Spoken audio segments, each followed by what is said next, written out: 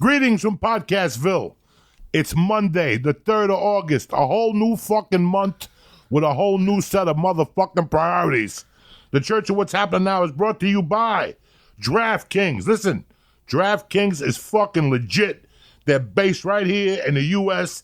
Things may be a little totally upside down, but at DraftKings, you can rest assured your money is secure. Deposit and take out money anytime at your convenience. Every day this week, there are at least 6 NBA games. They're doing great in that bubble, so you're on a fucking roll. If you want to make money, this is the way to go. Baseball is a little men's malt, false positives, the whole fucking things. And DraftKings has a deal for you. Place a pregame bet on any game. And if the team you pick wins, end up losing, but scores over 110 points, you get your money back. Whoa. That's fucking insane. So listen, DraftKings Sportsbook isn't available where you live yet. Don't forget about fantasy.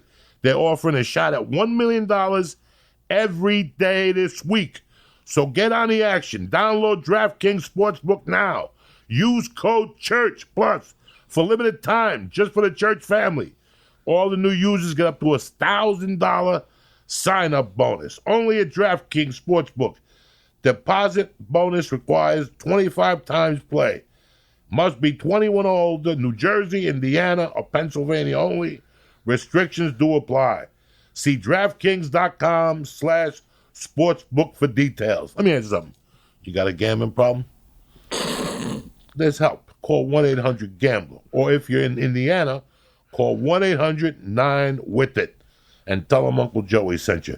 But if you're still gambling, download the DraftKings Sportsbook app and use code CHURCH, C-H-U-R-C-H, to get the motherfucking party started. Kick this motherfucking muley.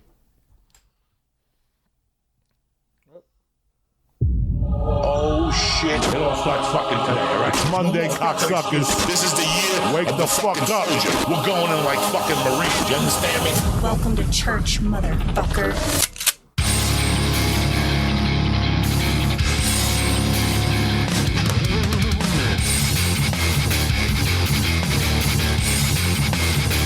Monday, the 3rd of August. I know a lot of you guys are hurting.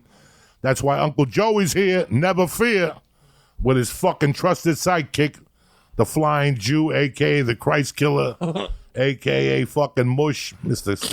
Lee Syatt. What's happening, you bad motherfuckers? A Monday morning. I know a lot of yous are, it's a rough week. Benefits got cut off. You know, we talked about this back in March.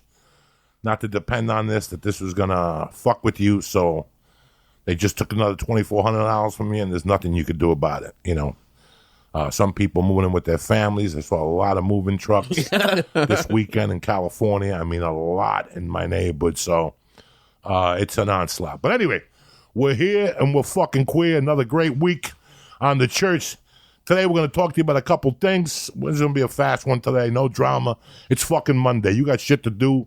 You got people to call, and you got to straighten out your fucking life right now because this COVID thing is taking over, and it's setting a mark. I think they're going to close up a couple states this week. We might get closed up. So my heart goes out to all the families and my friends that are in need and, you know, just going through a rough patch. And trust me, it's not you alone. Everybody's going through this shit. I talk to 1,000 people a day. And everybody's got a different fucking situation. And the shit just keeps on piling. So please, do not do anything drastic. Do not put this burden on yourself. Do not beat yourself up. This is just another part of growing up. And that's all. And that's that. The main topics today is that we are leaving. We're going to do the month of April, the month of August, the Church of What's Happening Now. Myself and Lee got some guests lined up. And then Lee's going to Milwaukee to work for a month. And he's going to go home for the winter, spend Passover with Mom, whatever, some Jew holidays, eat some shitty crackers, get some lasagna, take care of himself, and hopefully we reconnect again maybe in January or February. And March, you know, I wanted Lee to go out in his life. It's time for Lee to, I've had him held up here for 2 days a week for 8 years, and it's time for him and I to fucking get the fuck out of Dodge, you know? Well, I mean, I'm excited for the future. It's an exciting time. But I mean, you say held up. It's I can't say thank to you and to everyone listening. I feel like I've grown up the past 9 years here. So I never felt held back or anything. But you know what? It's all this stuff everyone says it's scary, and it is. I am scared, but it's also very exciting. There's a lot of possibilities. It's scary and exciting at the same. And this is what I told everybody in March. I said, "Listen, now is the time that you're going to get to think. You're going to think about who you are, how you became you, what it takes to be you, and you're going to ask yourself, what is worth it? It's been 5 months for me. What's today's date? The 2nd? The 3rd, I think. Today is 5 months since I've been on stage. Wow. Okay, and I know a lot of you guys, hey, I was a mechanic for 30 years. I know. We're all feeling it. 29 years and today's 5 months without getting on stage. And I probably will be canceling Salt Lake City because I won't be in the area anymore. So we're set to leave towards the end of August. I'm going back to New Jersey. I'm moving. I got a house up in North Jersey. My decision was based on one thing. I mean, Lee, I got to be honest with you, and for the people listening, I felt really shitty the last 4 or 5 days. I felt really shitty about one thing, that, the church, our motto is, and everybody's motto is, it's a cliche, where people say that the tough get going. What's that? When the going gets tough. Yeah, when the going gets tough, the tough get going. Well, what am I doing? I'm turning around and leaving. And it feels douchey of me. That's why I explained to both you, Steve Simone, and Dean Delray that I wasn't leaving here without you. You're leaving. I'm not leaving you here. Like, there's no way you would talk me into staying here because I know there's going to be repercussions, and I don't want to have to call your mom. You and I both know your street's a mess at night. Oh, my street's a mess at night. I mean, we live in nice areas, guys. I mean, what do you mean nice? Beverly Hills? No. But we live in a nice enough area not to see what we've seen the last 2 months.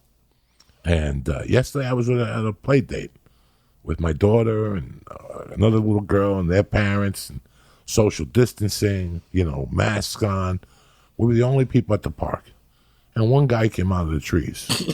You got to see this, guys. He just walked up to us and sat there. So right away I'm thinking this guy wants a picture. I don't say nothing. My wife turns to him and goes, "Can I help you?" And he goes, "What time is it?" My wife goes, whatever time it is.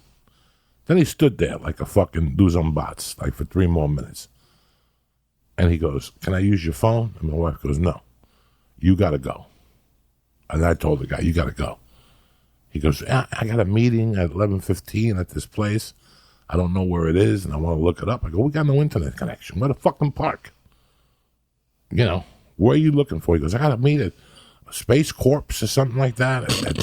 What the fuck are you talking about? He came out of the trees. Then he walked back into the trees. The kids are playing, and he goes and sits on the bench next to the kids. Oh. I need this. Now I got to walk to the car and get the fucking gun. I tell my wife, keep your eye on him. I tell the other dad, walk over there. I'm going to walk to the car. I didn't tell him what I was getting. I went and got the fucking gun. I sat down. I didn't bother nobody. And I didn't even listen to me. My wife handled it because I didn't. The way I was going to handle it wasn't going to be good. To be honest, I'd be a little bit more scared of your wife. I feel like Carrie can handle it. I was not even going to get involved the way I feel lately, unless it got physical, and then I would just shoot him. There was no way of looking back. I'm not putting up with this shit. I'm not putting up with it. I'm too old. I'm an old fucking man. I'm not going to put up with it. I got a little kid. And then we called my daughter and her friend over. We said, every time he comes by you, move. And then he finally got it and went back into the bushes. But this is what you're talking. This is what the camp by the park by the house. Mm-hmm. The benches. Mm-hmm. It's all homeless now. Cops came today and talked to them. My wife said the cops came, talked to them, and walked away. Cops can't do nothing. They can't do nothing to you. They'll move when the cops are there, and then they'll come back. So now we got homeless people at the nicest park in the world. So I don't want you guys to think that I'm overreacting or whatever. I didn't think of myself this time. If this was just me and Terry, I'd stay here. I'd war it out. I don't think so. But I don't. Do you? I mean, I've spoken to 10 diehards, and now it's down to like 4 diehards. You know, and I gave Rick Ramos the advice 3 months ago. So that's what I did to myself last night. I had to give myself the same advice. Listen, you've been here 23 years. You did more than you ever expected to do. Mm-hmm. You're going to go home like a man. You're not going to go home as a junkie. I'm not the same person I was when I left. I still got my friends intact. My friends are freeholder. My other friends, fucking, you know, I'm living in an area where I'm 20 minutes from everybody. And what am I going to do? Go to Studio 54? No. But I could still see my friends for 20 minutes. I've been very lonely here the last 3 years. It's a very lonely place. It's a very lonely place here. You know, guys, you know how many times I stared at Facebook over the holidays and saw you guys getting together with family, 10 people, and fucking night of the 7 fishes and all that shit. And we're over here eating the shittiest fucking pizza. You know, we're over here eating shit. And listen, I was invited to move to with Rogan. Joe is a fucking sweetheart. He made me an offer I couldn't refuse, to be honest with you. If you know Joe, he made me an offer I couldn't refuse. But I didn't, listen, I've been gone from my area since 1993. To be honest with you, since 1983. I only went back for 9 months in 93. So I've been really gone from 85, except for a 9-month stint and 3 days a year when I go back to do Gotham and the Stress Factory. And it really wears. Like, I've only been gone for 10 years, and it wears on me. Like, I haven't been home for Thanksgiving. I haven't been home. You would ignore it. Yeah. You put the pain aside. It's swept under a carpet. You know, for years it was swept under a carpet. I've been thinking a lot lately of my first 10 years here. They were a fucking struggle. Why would anybody do that? You have to be insane. I can't, to be honest with you, like, when people talk about living in their car for comedy, and you talked about it, I don't think I like anything enough to live in my car, to be very honest with you. Bro, I loved comedy so much. I sacrificed everything. It was, you know, somebody hit me up on the Patreon about cocaine addiction, how they stopped doing it since they heard me and stuff. The cocaine addiction and the comedy addiction were hand in hand. Thank God the comedy addiction won. Yeah. I was addicted to comedy. Okay, the only way to get good at comedy is to get addicted to comedy. What does that mean? Hi, we're having a party tonight. Are you coming? No. I forced myself to say no for years. Not for 10 years, not for 15 years, but for 20 years. Till 2001, I knew that the only way to get good at this was to say no. You had to dive in head first. I got so committed to comedy. Listen, if anybody knows me, like Timmy Holloway listens, a couple of kids I grew up with, even when I lived in New York in 93, I walked all day. I was in great shape. I rode a bike on Sundays. I rented a bike and I rode it. And I always lifted weights. I had a gym in North Bergen. There was a gym on the bottom of Tunley Avenue in 93. I would walk there from Cliffside, lift weights, walk up the hill, and then take a bus into the city and work. I've always been somewhat of a fucking shape guy. My love for comedy was so strong that I forgot about my health. Between the drugs and the eating, I forgot about my health. I didn't give a fuck. I pulled in Boulder in 95. I was pulling teeth out with a wrench. You know, times I had bronchitis and I couldn't afford a doctor. You know, there should have been 10 judgments against me from different hospitals I went to when I was sick, and I never even thought of paying them. I never saw those places again. Like, I never saw those bills again. Thank God. It was just a nomad life. I committed to a nomad life. To be a really good comic in the beginning, you have to be a nomad. Yeah, eventually you get a girlfriend and you get some support and they work with you, but you're a fucking nomad. So I've been a nomad until Mercy was born. When Mercy was born, I stopped being a comedy nomad, but now I had no choice. Now I had to attack comedy from a different perspective as a business. This had become a business now. By 2013, my comedy fun days were over. I was involved in a business. I was involved in two businesses. I was involved in the podcast business, which I knew nothing about, and I was involved in the comedy business, which I knew a lot about, but I didn't know a lot about it. And I tell people all the time that you gotta be careful for what you wish for. Be careful for what you wish for, because it might come true. Before you write that thing down in that fucking notebook, I want you to think about what you're writing and what comes with it. Don't just tell me you want to be a lawyer. Tell me why, and I want you to know what comes with it. It's 50 hours a week of fucking in the office, 30 hours a week of research. You got to protect the guy that took a kid's eye out with a wrench and then fucked him in the ass, and you got to go home with a straight face. You know, are you prepared to do all that? My friend just became a cop, young kid. He's getting sent, he thought he was going to be in a ride in a car and wave at people and pick up chicks. No.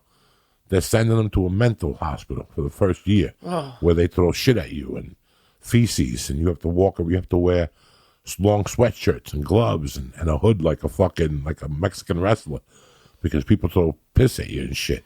Did he really want to be a cop that much? So before you get involved in something, when comedy took over for me in 2013, on top of the podcast, I was overwhelmed, man. I was overwhelmed. And if it wasn't for me learning from Ralphie and Joe Rogan, I took a little piece from both of them and a little bit of Richard Jenny and what I saw comics do and what worked for comics. If I didn't watch those two guys as closely as I did, I wouldn't have been here today, because I knew what Ralphie had to do to live. And every week when I pull out of that gym on Thursdays, and I was just getting ready to get on a plane Thursday afternoon, I would go, this is what Ralphie should have been doing on Thursdays. And recovering that night and then doing 2 shows and coming right back on Sunday. Working out Monday, working out Thursday, walking on Tuesday and Wednesday, whatever the fuck you have to do, meetings, a podcast, For a while there, I was running rampant. You knew it. What about when we first started? Yeah. Fucking, we'd meet at 5:30 in the morning and eat edibles and smoke dope. And then we'd leave there at 9. And I could go to sleep because I was working nights. You'd have to start your day. I'd go start my fucking day and then be a dad and have the kid till 10 and then fucking write and then deal with the podcast companies and then the fucking agents. And it was a fucking... And I'm not crying. Listen, I did more than I ever expected to do. If I would have left here in 2006 after The Longest Yard, I would have been happy. If you guys forget, I was quitting comedy. Yeah, right before I came, you said you were going to quit. What, a year before you came? That's crazy. I was just getting ready to go sell cars 200 yards from here at a Ford store. I went over to the used car department. They hired me. I told them the truth about my background. They didn't give a fuck. Because the sleazier they are, the more cars you sell. And I was getting ready to sell cars. I think the crazy thing about LA is you're just so busy all the time. You kind of forget what you did. So like that's what I've been thinking about in the last couple of weeks is, yeah, we actually did a lot. And you did this, you worked on this. There's nothing to be sad about. Nothing to be sad about. I'm going to miss you. Fuck yeah. I'm going to miss you to death. I'm going to miss your calls in the morning, torturing you. I'm sure those will continue. Calling you at night when you're on edibles, tricking you. All that fun stuff. We found some stars today. Oh, yeah. Believe it or not, I was cleaning up today, and I found 125 milligram stars. How long have they been in there? How long have they been out of business for? 3 or 4 years. And whenever recreational started in California is when they ended. 2 years, and they're still good. You want another one? Fuck it, why not? Why not? I'm already going to end up sleeping here tonight. Today I was here with my daughter. My daughter goes, "What's that on the floor, Daddy?" I go, "I don't know. It's a vitamin. It was a fucking capsule. Oh, no. One of those strong ones and shit." Oh. She didn't pick it up or nothing. I just saw it and swiped that motherfucker up as fast as I could. I mean, yeah, even with this, there's so many podcasts that have started and ended since we started ours. That's amazing. I don't know any of them that are still going. There's like barely any. I know people who have started and ended fucking 16 podcasts, and we've still done the one. Almost 900 episodes. Between like live ones. How many live ones did we do? 20 or 30 of them. Close, 20 at least. And I got 100 with Felicia. Yeah. Which I'm starting to bring back also. What the fuck? You might as well get the whole dictionary from A to Z. Learn how I went with Felicia from Beauty and the Beast. Lee said, come over, do your own thing. You're crazy. You know, I was going to do one with just Lee. Remember the first time Felicia came over and saw it? She's like, I don't want no pieces. We were crazy. My back office, that was way before my daughter was going to be born. Way before. That was the first office that we hung out at. When I first met you, we didn't even do anything for a while. We meet at the Ha Ha. That crazy lady with the head bandages tried to suck my dick. She was a prostitute, and you just left me there. And then you would I show it's a story I always tell, and it's always gonna make me smile. One of the first things you had me do is had me show you how to post a picture on Twitter, not on your phone. You had a flip phone, I think, on the computer, and I did it. And you said you're an unadulterated genius, and that was it. You didn't even know how to post a picture on Twitter. And then we took bong hits. I turned red that one time because you could put hash in the bong. We smoked a can. No. I looked like a can. No. We had a can of Coke, and I emptied it, and I made holes in it. The first time you smoked hash, you smoked it out of a can, and you and you started coughing and shit. Oh, I think that's how I started getting bronchitis. Your face started getting red. You had to sit down for a minute. You took me to get fried chicken, and I was still fucked up. I was just sitting there. Where'd we go get fried chicken at? Remember there was a place on Lancashire that was there for 6 months? It was like a soul food place. Yes. Yeah. Yes. You and your wife took me there, and I was just zoomed out. It's still a chicken place. It's a disgusting chicken place now. And last night they had a COVID circle. They had last night at about 8 o'clock. I drove past there, and I got to tell you something. Yeah, there you go. I just tasted it. It's still good. Woo. They still got the strength of 10 Martians. I don't even chew it. I just swallowed that motherfucker. Fuck it. 250 milligrams down. That's it. My nephew came to town this weekend, Nicholas, and I met him here on Tuesday. Lee couldn't make it that day. He had one of his clients. He wanted to meet Lee really bad. He called this morning. He called yesterday morning. I thought he was leaving. But when I called him back last night, I go, you get Jersey okay? He goes, I'm still here. I'm leaving tonight. I'm boarding in 2 hours. Oh, I thought, did he get too fucked up or something? I told him not to eat those edibles. Not like that. And he popped 2 of those capsules the first day. I gave him a thing of edibles of the capsules. Right. And I went to Urban Trees and bought him the pills. They were the last of the pills. Oh. They're coming out with a stronger pill this Tuesday. Oh, God. Well, so I'm buying a case of those to take back to Jersey with me. Remember TJ English? He missed his flight because of the podcast. Oh, my God. Poor TJ English. It's just been, like I said, Lee and I sat here and we discussed it one night. All the fucking fun. There was a time this podcast took 6 hours. Oh, yeah. 6 hours. We do the pre-one, the pre-church. We would meet at 6 behind the stairs, and you got to see what that office looks like. Oh, yeah. That looks like fucking, you're going to get shot up there. This was on top of an insurance office. We went through the back. It wasn't closed. Every time I left, I felt like I was in a mug walking down those stairs.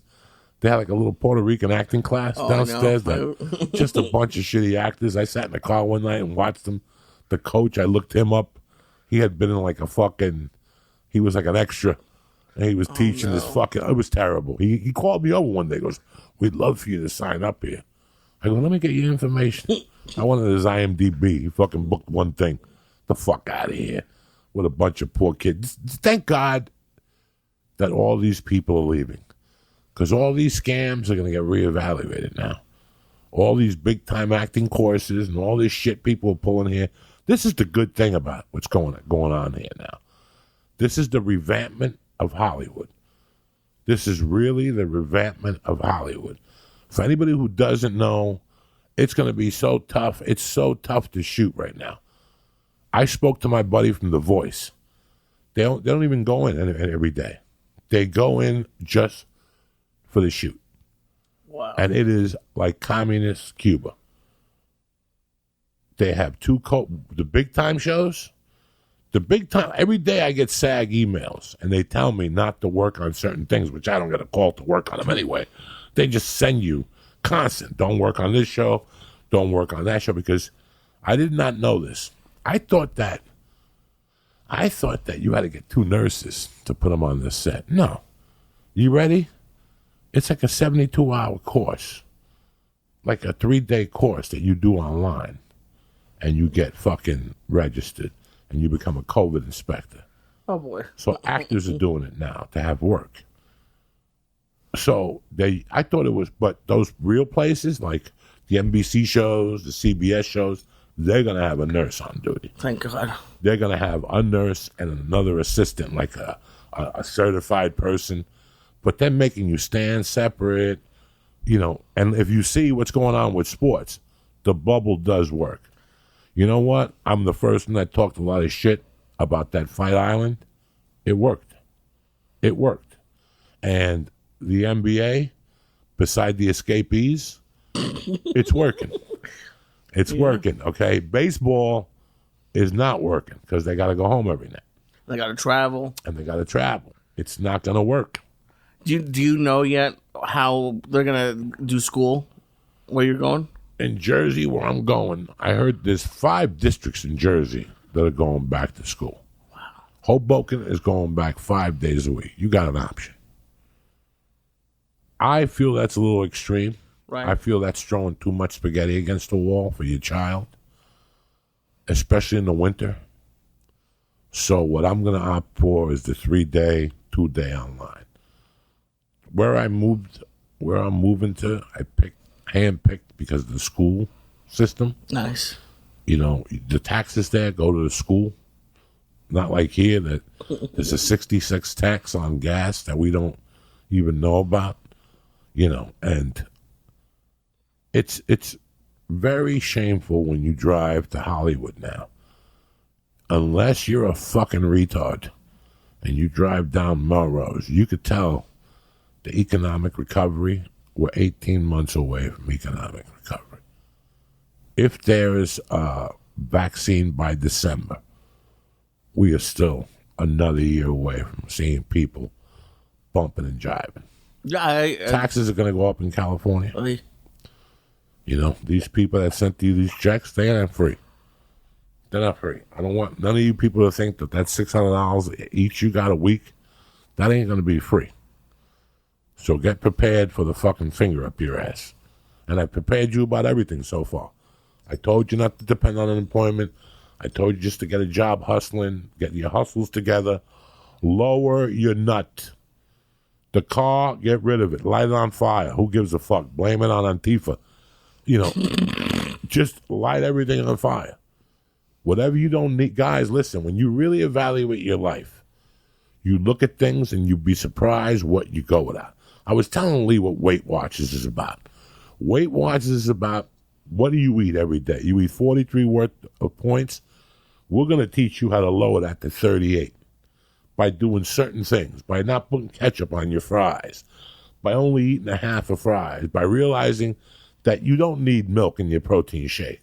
You just need ice and a couple of fucking ice cubes. And you start cutting points back. When I get blue cheese dressing now, I just get the dressing. No more chunky. Those chunks are fucking 10 points. I would sit at a steakhouse eating that chunky blue cheese like it was going out of style. There's so many, like every day you cut back on something. I haven't eaten bacon. I've become a Jew. I stopped eating fucking bacon. Which is, you've always had bacon. It's 5 points a day. Wow, yeah. 3 stripes of bacon is 5 points a day. You cut it down to 2, it's still 3. And you're eating it 7 times a week, that's 14 slices. That's really going towards your heart at 57. Do you need that bacon? I used to eat sunny side up eggs before the fucking thing. I switched it to scrambled eggs and fucking oatmeal. So every day I switch it. It's either scrambled eggs, 1 piece of toast, a little bit of butter, or 6 points for oatmeal. That's it. With cinnamon and that's stevia. What's that shit Stevia. called? Stevia. Not sativa. Whatever the fuck it's called. And I'm good. And that's what you're going to have to do with your life. You have to step back from your life, write down your bills, and write down what's going to work and what's not going to work. I'm going to tell you something right now, guys, and I'm telling you this from experience. At this point, there's nothing on TV. You could turn your cable off. You're just getting depressed. You don't need to watch the news. You already know that people are dying. You know all these things. Why do you have to keep telling you that? Go online, read what you have to read, and eliminate the other shit. You don't have to hear about 10 guys getting shot. You don't need all that negative shit in your head. Get rid of cable. Get rid of it. Save $80, whatever the fuck it is a month. You could live on Netflix and Hulu. Either or. Pick one, okay? Fucking, get cut coupons. Yeah, what about, because you've been packing too. Isn't it crazy how much stuff we're just throwing away that we didn't need, that I was keeping in my house, that I've moved to 8 different apartments, that I don't need at all? Listen, I donated, I donated the books that I had bought over the years. The gifts from Bob Lulingas and other church members, those are possessions to me. I packed those all up. The rest of the dumb shit I had, how to grow weed and all that, I put that on the school. The school has a little bench, and you could put your books there. I put the weirdest books there. I found money in those books. I found hits of acid. Oy. I found naked pictures of women in those books. Whoever gave me those books were fucking crazy. People would give me books at shows about like their authors. I had a time period there where there was a company that was just sending me books by authors for me to pick an author to get on the podcast. I can't read a book that fucking fast. They were sending me 18 books a week. Jesus. I gave all those away. Shit that I don't even know about. Navigation, and I don't know nothing about that. How to make a bomb. I don't need that in my life. You know what I'm saying? So I gave all those books out. All the,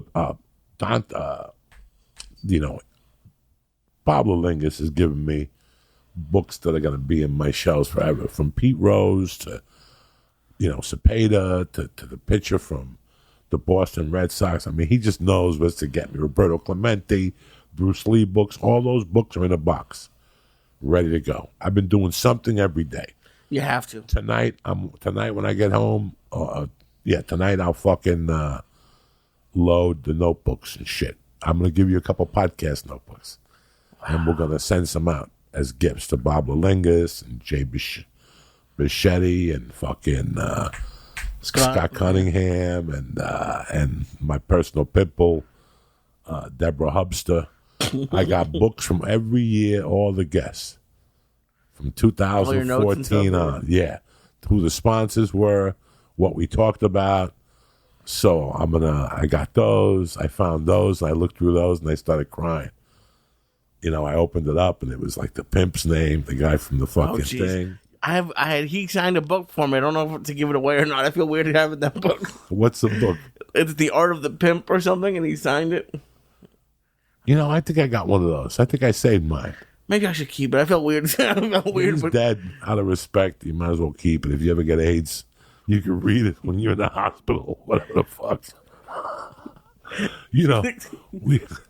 There was a couple guests I had to get Coke from to get on the show. Oh, yeah. I won't even tell you. Like, I had to call a Coke dealer, and the Coke dealer would come over and put it somewhere, and I wouldn't even touch it or look at it. I would trick the people and tell them to come on. I had to give them blow. I mean, guys, you have no idea the behind the stories of some of these fucking stories out here that we've seen, that Lee has seen shit that we could sit here for hours and fucking talk about. Lee has seen some creepy fucking shit in here that it's just been a wild ride, man. It really has. And we have nothing to be ashamed of. Like I said, I'm a little upset. I'm leaving some good people behind, Brett from Subconscious Jiu-Jitsu, Coach Ann from Strength, Dean. whatever, my other girl from Strength Code, My other girl from, it's crazy. Keita from Bully Busters. My daughter is going to be so fucking upset. I could see Keita kisses her now every day. Like, I'm counting the days. Like, it's so... But Mercy wants to go. Mercy's... Really? She's excited? Nice. You know, man, one day we were here doing a podcast, her and I. And she went into a diatribe. And it fucking broke my insides. Because it realized she was my little girl. She just didn't know what she was saying. You know, we got pimped out at Colfax. This is the school district that we went to. Now, this district over here has a lot of great schools. You've got Oakwood. That's a private school. That's like $44,000 a year, $50,000 a year. For elementary school. For elementary school. You got Campbell Hall, which is $44,000 a year. And there's another private school, Notre Dame Academy up there. That's got to be, you're kicking in $50,000 a year, and these people nickel you to death.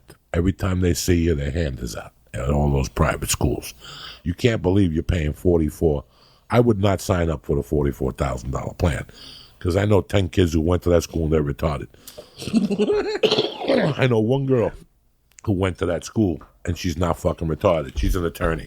But besides that, everybody else is fucking retarded. And plus, how can you just... That's, what, $500,000 more for... Yeah. By the time you get through high school? I didn't want to do that. So, for years, Bert Kreischer, everybody, wait till she goes to Colfax. Wait till she goes to Colfax. Let me tell you something. First day I walked in there when she was in the first grade, I'm like, who went to school here? Abe Lincoln? The fucking school is old. And from the first day, they're hitting you for fucking money. They're hitting you up for money. And you look around, and some of the parents are celebrities. They don't say nothing.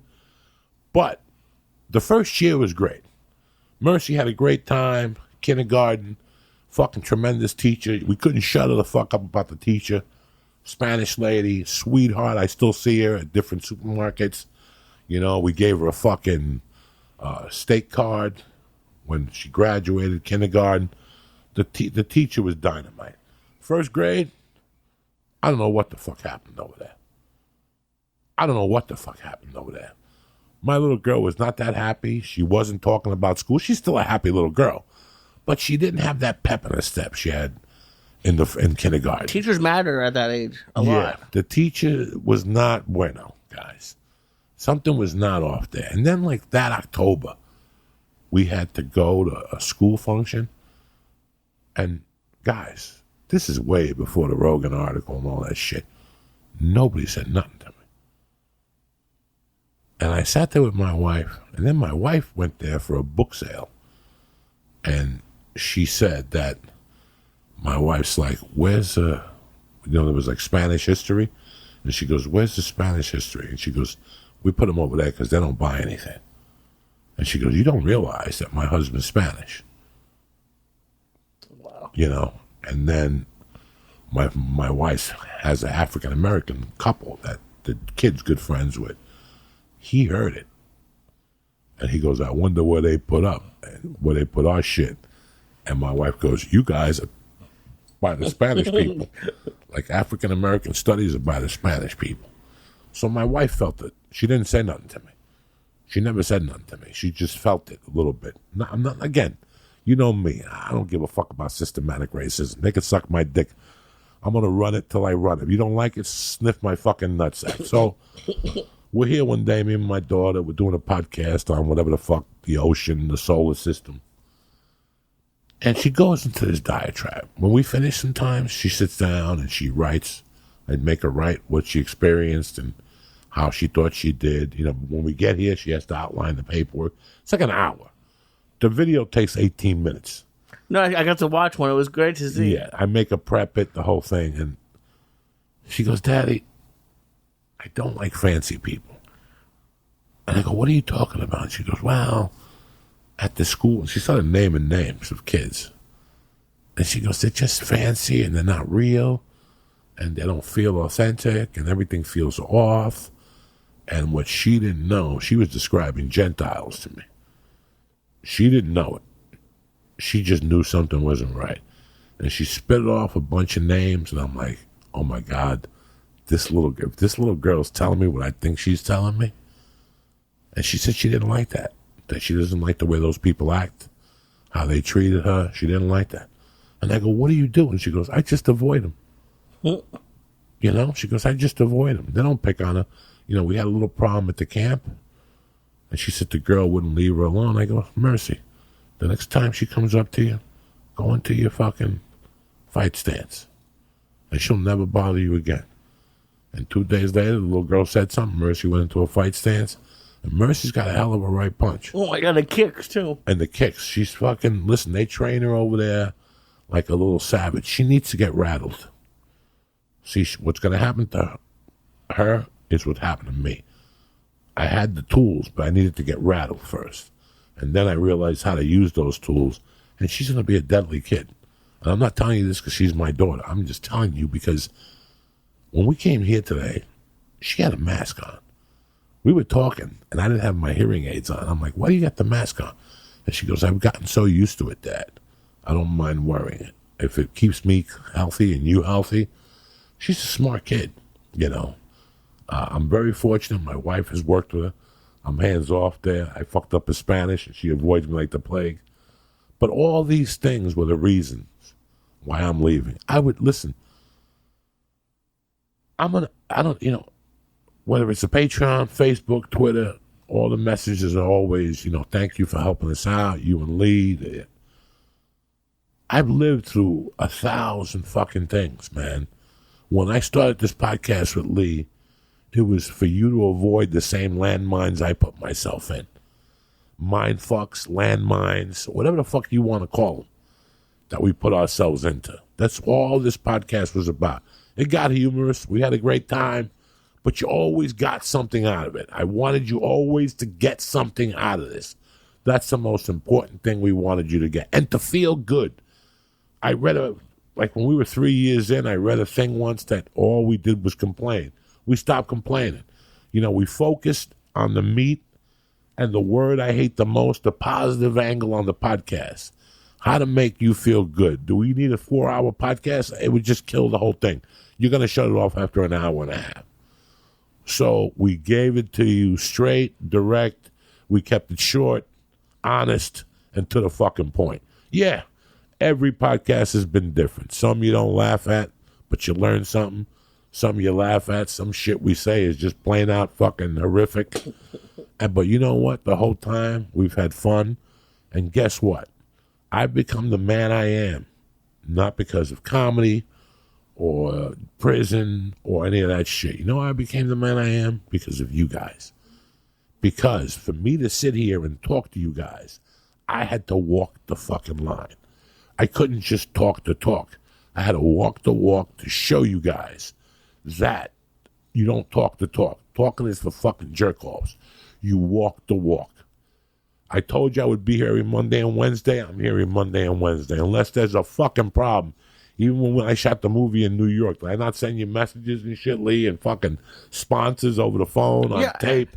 My whole thing was to get to you. I know where the fuck you at. I know you. I know you from your comments. I know you from your emails. I know you from the way you act. I know you.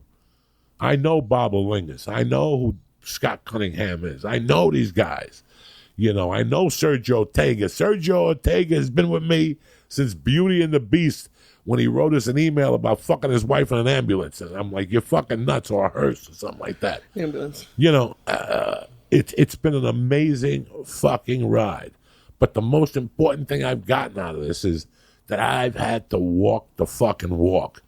You guys would have not taken the ride with me if I didn't. I ate edibles. I fucking, in the beginning we would do 18 bong hits. Speaking of which, it's bong hit time. What the fuck? Or whatever you got, a pipe, a joint, take a breather.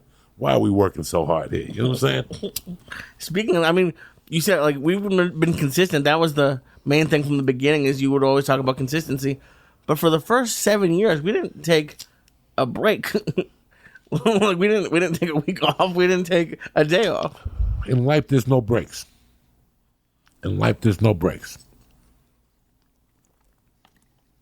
Somewhere in your mind, In the American society, you've decided that you need a vacation. Vacations are earned. As an American, you got to earn a vacation. You people who fucking get a credit card and go on vacation on a credit card, shoot yourself. You're never going to work that off. If you think every year by going on vacation, no, you put away money to go on a vacation. But before we even go on vacations, did you fucking earn it? Who the fuck are you that you need a vacation? You don't do dick. You don't do dick. You know what I'm saying? You got to earn vacations. I wanted to teach you guys that holiday, there's something I hate about. I love the holidays. I love Christmas. I love Thanksgiving. I don't like the brain debt. Just because it's Christmas, now you're brain dead December 8th. You're thinking about, oh, well, I want a Nintendo. I don't give a fuck what you want. It's the 8th. Snap out of it. Come on, it's the 8th. We're fucking 20 days away. We'll burn Christmas on the 24th. But right now, I need you here. This is why I've never liked holidays. A week before the 4th of July in L.A., there's not an audition. There's nothing. I'm lying to you. I booked my first commercial 4th of July weekend, Taco Bell. But this is why I didn't believe this in life. For years when I was growing up, I saw these people who went on vacation. I was friends with them, and then they come back and tell me how much they put on the credit card. I never understood it. That's not what a credit card is for. A credit card is for emergency. Now you guys are paying off those fucking credit cards from stupid shit you did. Don't you wish you had that money to burn now? Exactly. Because now all you got to do is make a minimum payment. They'll keep giving you credit on the 34 and call them up and ask them for a bump. They're giving out bumps like fucking blowjobs now. They're giving out bumps right now on credit cards. Do not believe, no. Call your credit card and say, I need an extra nickel over there. They'll give it to you. If you pay your bills every month on time and then you're paying the minimum payment, they'll raise your level. You will not go without groceries. Well, yeah, they want you to pay the minimum payment. Yeah, pay the minimum payment. So Who they gives can a get fuck? you. Who gives a fuck? You pay the minimum payment and you're out of the fucking weeds. No, but your interest keeps going up. What are you going to do? There's no debtor's prison. I'd rather you not starve to death. Right, absolutely. I don't want nobody on this show starving to death. I'd rather you fucking do whatever you can. Cut a deal with the landlord. Tell him you ain't getting dick. You know what I'm saying? Cut the TV and just put a sofa against the door.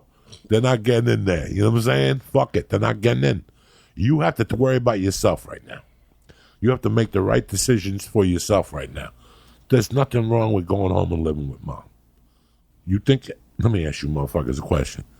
You think if my mom was alive and had a basement, I wouldn't get an Airbnb for 2 weeks and de-quarantine and then move in with my mom? Shit. Like Judas Priest said, you got another thing coming. Why do you think I told Lee to go home and be with his mom? Because everybody right now needs to go back and start all over again. If I had a mom, I'd be close to my mom. If I had a dad, I'd be close to my dad. I'd go ask questions. I'd go ask questions about what my family was about. What is all this stuff about? I try to find out who the fuck I was to the T. Sometimes going home centers you. Believe it or not, I know your mom's a pain in the ass and your dad asks a lot of questions, but guess what? I don't have a mom and a dad. I would give my fucking right hand to go home and seek knowledge from my mom or my father right now if I had them, or a brother, or an older sister, or an older brother. So right now, don't be ashamed about going home. If you have to pack your bags and go back to Oklahoma or Missouri or fucking Wisconsin or fucking Jersey, there's no shame in it, And my shame wasn't leaving here with a slap to my face. My shame is that I'm leaving a lot of friends behind. I feel like I'm leaving Vietnam. This is Vietnam. This has become Vietnam for some people. What is Vietnam? Shit you never thought you would ever see in your life. Shit that nobody expected to see in their life. But you also have to, you have to take care of yourself. You're not in charge of other people's lives, and you can't hurt yourself because of other people. That's great, but it's not my DNA. I worry about my friends. Why have friends if you don't sincerely fucking worry about them and their health and their welfare? Why do you have friends? That's another reason why I'm leaving here. There's no friends. We have Hollywood friends here. I'm not saying nothing bad. I have a lot of good friends here. but they're not the friends I grew up with. They're friends, but they're not the friends I grew up with. Comedy just doesn't provide that. For some reason, comedy makes you be friends, but not really, you know. Speaking of which, there's a lot of shit going on in the news and whatever. And I'm going to throw my 2 cents in because you guys have always listened to me. And you know I'm a no-nonsense type of guy, especially when I talk about this type of shit. I'm a criminal. I have no reason to lie to you about that. I've done a lot of criminality shit. There's one word in my vocabulary. I was raised to hate this word. And the word is rape. I don't like that word. I've never really liked that word. When I was 10, I made the mistake, and behind my mother's back, I went to see the movie Death Wish, the first one. It's a horrific scene for a child to see. If you haven't seen Death Wish, watch it. I remember sitting in that movie theater and watching this woman get raped brutally and saying to myself, that could be my mom. And that feeling went away. And then years later, I found out about that my Aunt Rosita was getting raped at a fucking party in Cuba. And my mother broke a bottle, heard her getting raped in the bushes. And she stuck the bottle in the guy's back and ripped him open. And my uncle told me she came home with a white dress on covered in blood. They had to rush her out of the country. So growing up, my mom had a certain thing, you know. Like when she raised me, you know, it was just something. There was just something about that word that has always bothered me. When I got locked up, I talked to anybody. I don't care if you sniff glue. I don't care if you kidnap somebody. I don't care if you lit a house on fire. I didn't care about the drugs. I didn't care what drug. I don't care if you sold. I didn't talk to rapists or pedophiles. They were kept aside. Everybody knew who they were. You didn't talk to them. Every 3 months, one of them got a beating, and the guards didn't care. You know, what are you going to do? How can you? Yeah. Every once in a while, the guy I used to hang out with in jail, Clark, there was one pedophile that he would beat the fuck out of once a month. Knock his tooth out. One night, he knocked his fucking tooth out. Guy went to the fucking kitchen the next day with a missing tooth eating breakfast. There was nobody he could run to. Because everyone makes mistakes, but those things are like, that's not a mistake you can't make. I mean, I don't, just something about that whole word, and I'm no fucking angel, but I've never raped anybody, okay? Friday or Thursday, I wake up to allegations against, what's his name? Brian Callen. Now, I've known Callen since 1999, maybe 98. I met him through my dear friend and brother, Joe Rogan. Brian Callen has always been a ladies' man. I had the pleasure of going with him in 2001. I didn't go with him. He was there when I got there to acting cold reading workshop. And that legitimized our friendship. We sat together. We shared notes. And after that, he lived in New York for years, Brian Callen. And then he came to L.A., and that's when I would see him. And we became tight through Joe. And we went on different things together, different road events together. But, you know, there'd always be a broad. You know what I'm saying? There'd always be a broad who's talking to a girl that would come to the show. Nothing, no young girls, no nothing. They were just normal girls. And sometimes he would leave with them, and sometimes he would talk to them until we all left, and we'd leave together. How well do I know Brian Callen? I know him well, guys. I know him well. Do I see the word rape in Brian Callen? No. Do you see the word rape in Ralphie May? When Ralphie May got accused of rape, my fucking insides flipped. My insides are still flipped about that. You know what? Whatever you want to say, you got to say. Before you accuse somebody of rape or make accusations of rape, you know what? Especially 21 years later, And I know women get silenced. I know that, you know what, man? If you get raped, call the fucking cops. Make it easier for everybody. Now, 21 years later, you're upsetting the natural balance of things. And I'm not a Houdini. I don't know if you did. I don't know who's lying here. I just know who Brian Callen is. And you guys know I don't know about psychotherapy. I don't know about nothing about anything, but I know human beings. I study human beings. I fucking study them. And does he sling dick? Yes. Is he a rapist? No. No, not at all. So I just wanted to give my piece on that. He's a dear friend. I called him immediately. As a matter of fact, last week I met with Chris D'Elia just to look him on the face, talk him off the ledge, and let him know I love the kid. I seen the emails. I saw the... Listen, for me, I'm from a different world, okay? You ready from the world I'm from? Are you ready to press charges? You got charges to press? No. Then shut the fuck up. If you can't press charges, shut the fuck up. Shut the fuck up. If you're not prepared to come to me with the evidence to prepare charges, shut the fuck up. I am not... I told you this last year, guys, when that fucking judge got accused of covering the girl's mouth, that this was going to be trouble. I knew it would be trouble for me. It would be not in a sexual way, but right now anybody could say anything. We're living in a world where anybody could say anything. All I want you is to do is to, let's be honest. Let's do like Law and Order. Present the evidence from both people, and let me make an educated fucking guess here. Present the evidence from two people, and then let me make the obvious fucking decision. Is that fair, America? Is that fair, England? Is that fair, the UK? Is that fair, Panama? Is that fair, China? Is that fucking fair enough, Colombia? If you have the proof, I want Lee's story, and I want the lady's story right in front of me, and let me make a decision.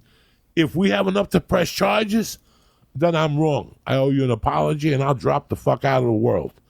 But if you're not prepared to press charges, do me a favor, go fuck yourself. Have you ever been accused of something you didn't do? Doesn't fucking feel good. Doesn't feel good. Let me tell you something. In the heat of my fucking thievery and shit, there was a point where I was getting accused of everything. And I accepted it because I had to. I was a thief. They weren't lying. But I didn't do that particular job. There was a lot of things. There was something that really, really edged me on in 85. A dear family I was friends with, when I was living in Cresco, accused me of robbing their house. And you want me to tell you something? I knew the accusations were coming. Hey, it was 1985. It's 2000. I've told you things I don't tell anybody else. Guess what? I didn't rob that house. I was accused of it. It really did something to me. You know, I got accused of robbing a lot of shit. I didn't give a fuck. I had no interest in those people. I don't give a fuck. They were just drug dealers. But there were people that I really cared about. I got accused of this. It ate me alive. For years, it ate me alive. And just last year, I went home, and the kid who robbed the house, I guess, went to AA. And you got to tell your sins. You know, you got to tell everybody you fucked over. And he went to the family and cleared his name or something like that. Really? Yeah. Oh, shit. So, and I wrote a blog about it years ago, and the guy hit me up on MySpace. When I was writing blogs on MySpace, I wrote a story about how much that really hurt my feelings. I remember getting accused, and the first thing I did was I called the chief of police, Gerard Bazzacco Sr. He's still alive, I think, hopefully. If not, God bless his soul. I called him direct, and I said, listen, I've been accused of a robbery in North Bergen.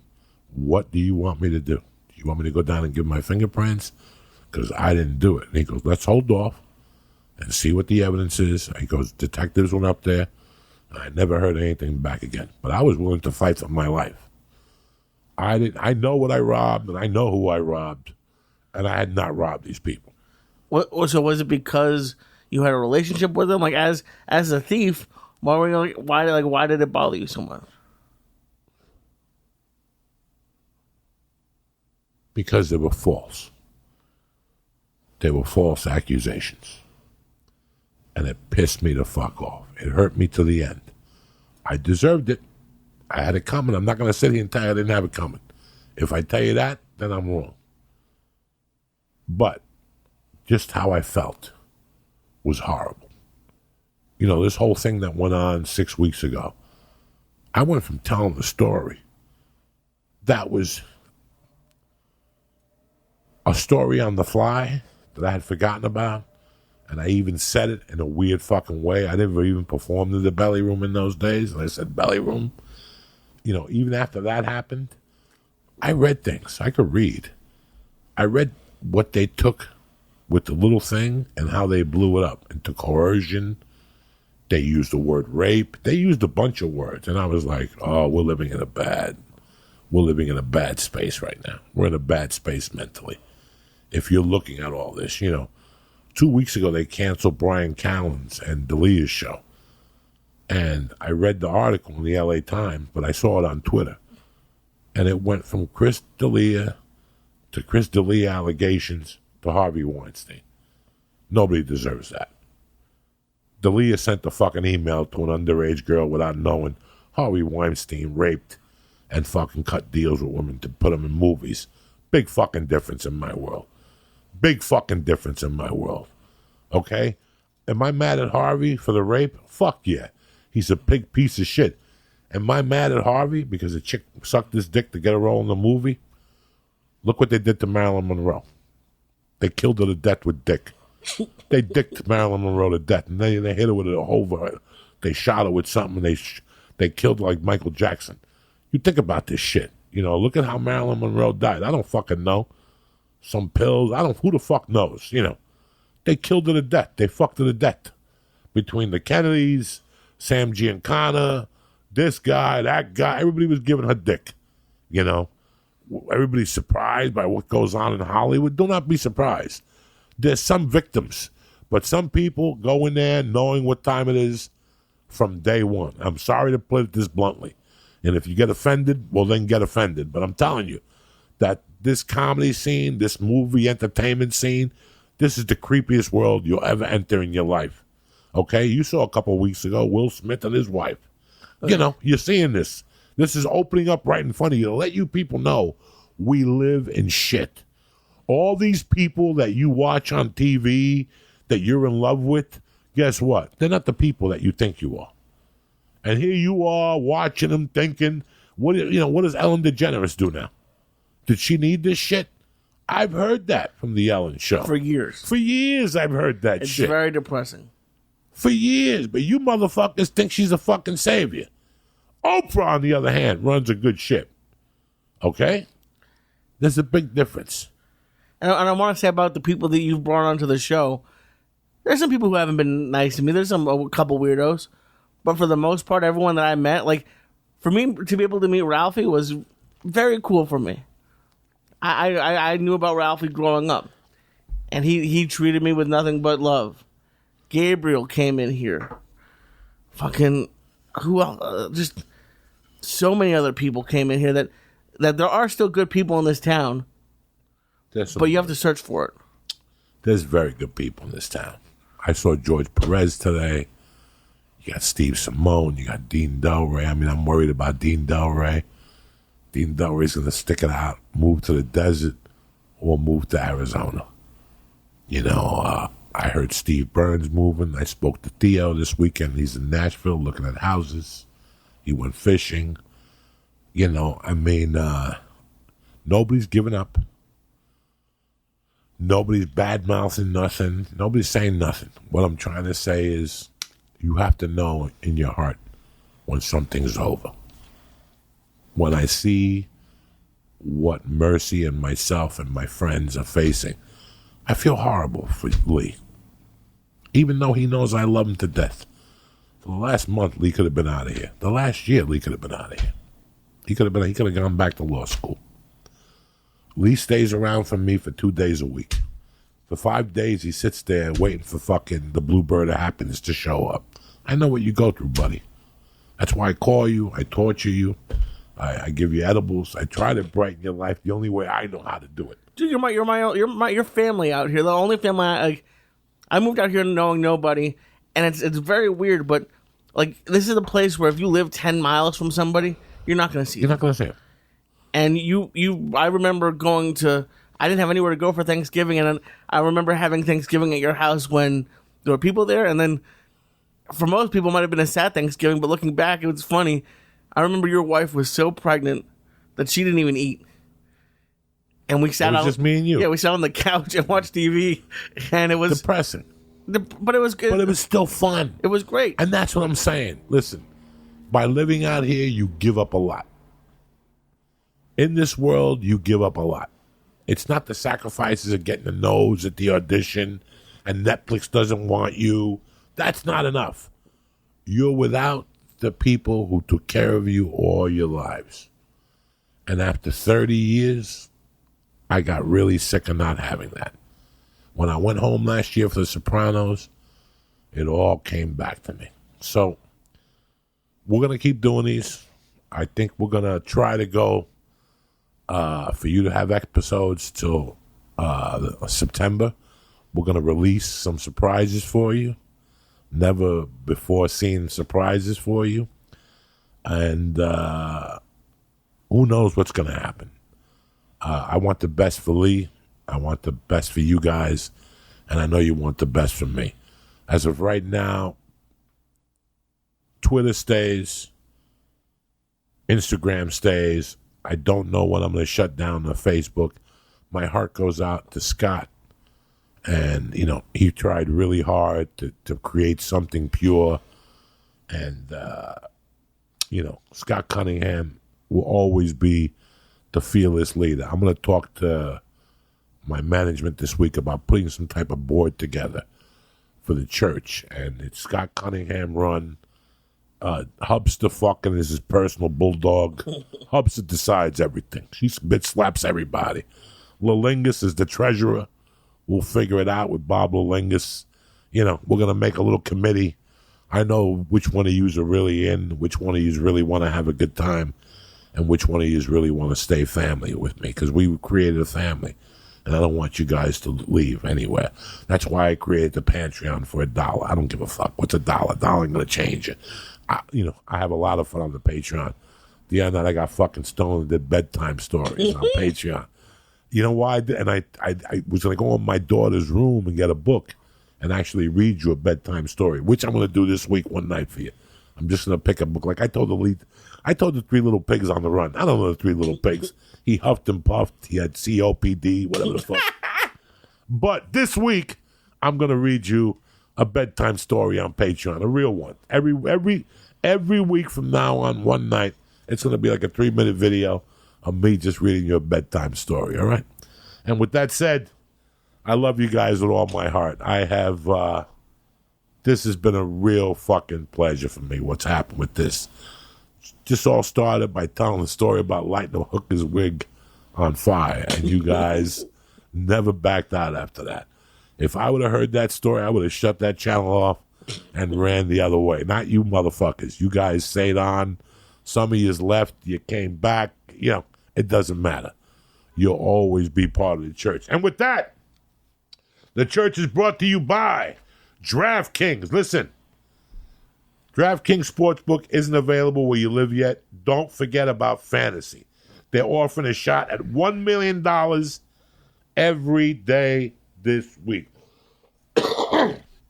DraftKings is legit. They're based right here in the United States of motherfucking America, not in some fucking Bahamian bank. Things may be totally upside down out there with what's going on. But at the DraftKings, you can rest assured your money is always motherfucking secured. Deposit and take money out anytime at your convenience. Now, I don't know if you motherfuckers know this, but every day this week there's at least 6 games. 6 NBA games. You understand me? Not to mention Corona ball, baseball. I don't know what's going to happen there. But this is the time to bet baseball, too, if you get a line. Why not? DraftKings has a deal for you. Place a pregame bet on any game, NBA. If the team you pick to win end up losing but scores over 110 points, you get your money back. That's fucking insane. I've never heard anything No like one that. does that. Vegas does. Nobody does that. So right now, go to DraftKings right now, okay? Get in on the action. Download the DraftKings Sportsbook now and use code CHURCH, CHURCH. Plus, for limited time, just for the church family, all new users get a sign-up bonus of $1,000. Did you hear me in the back? You get $1,000 when you get DraftKings Sportsbook app and use code CHURCH. Right now, we got basketball every fucking day this week. Let's go, cocksuckers. Next week, you got fucking the UFC. You got Stipe against DC. That's coming up. So, right now, if I was you, football's around the corner. Now's the time to make a little bit of baccarat. Just a little bit. Don't be greedy. Just a little bit. Pick yourself a team every day. You watch them. You know, this is the way to do it. DraftKings Sportsbook isn't available where you live yet. Don't forget about fantasy, okay? Because this week, I told you, they're going to offer $1 million every day this week. So download the DraftKings Sportsbook now. And here's the part the lawyers make me want you to say, all right?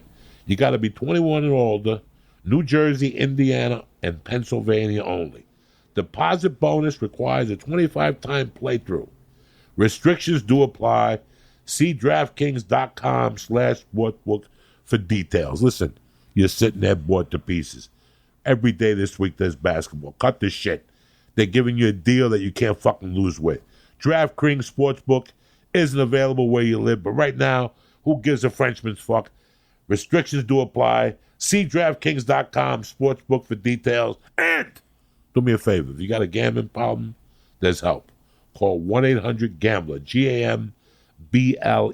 Or, if you're in Indiana, call 1-800-9-WITH-IT and tell them Uncle Joey sent you. But if you're still motherfucking gambling, right now, download the DraftKings Sportsbook app and use code CHURCH. I want to thank CBD Lion. I want to thank DraftKings. But most importantly, I want to thank you guys for being here for 8 years. And I want to thank you guys for continuing to be here, okay? I'm not going away. Lee's not going away. We're still going to be in your life at least once a month. We'll figure something out. But for right now, have a great day today. If you're having a bad day, I'm sorry. This is going to get worse. But you know what? We're going to get through this together. I love you, motherfuckers. Have a great Monday. See you back here Wednesday morning. Tip-top Magoo, ready to go. Kick this fucking mule league.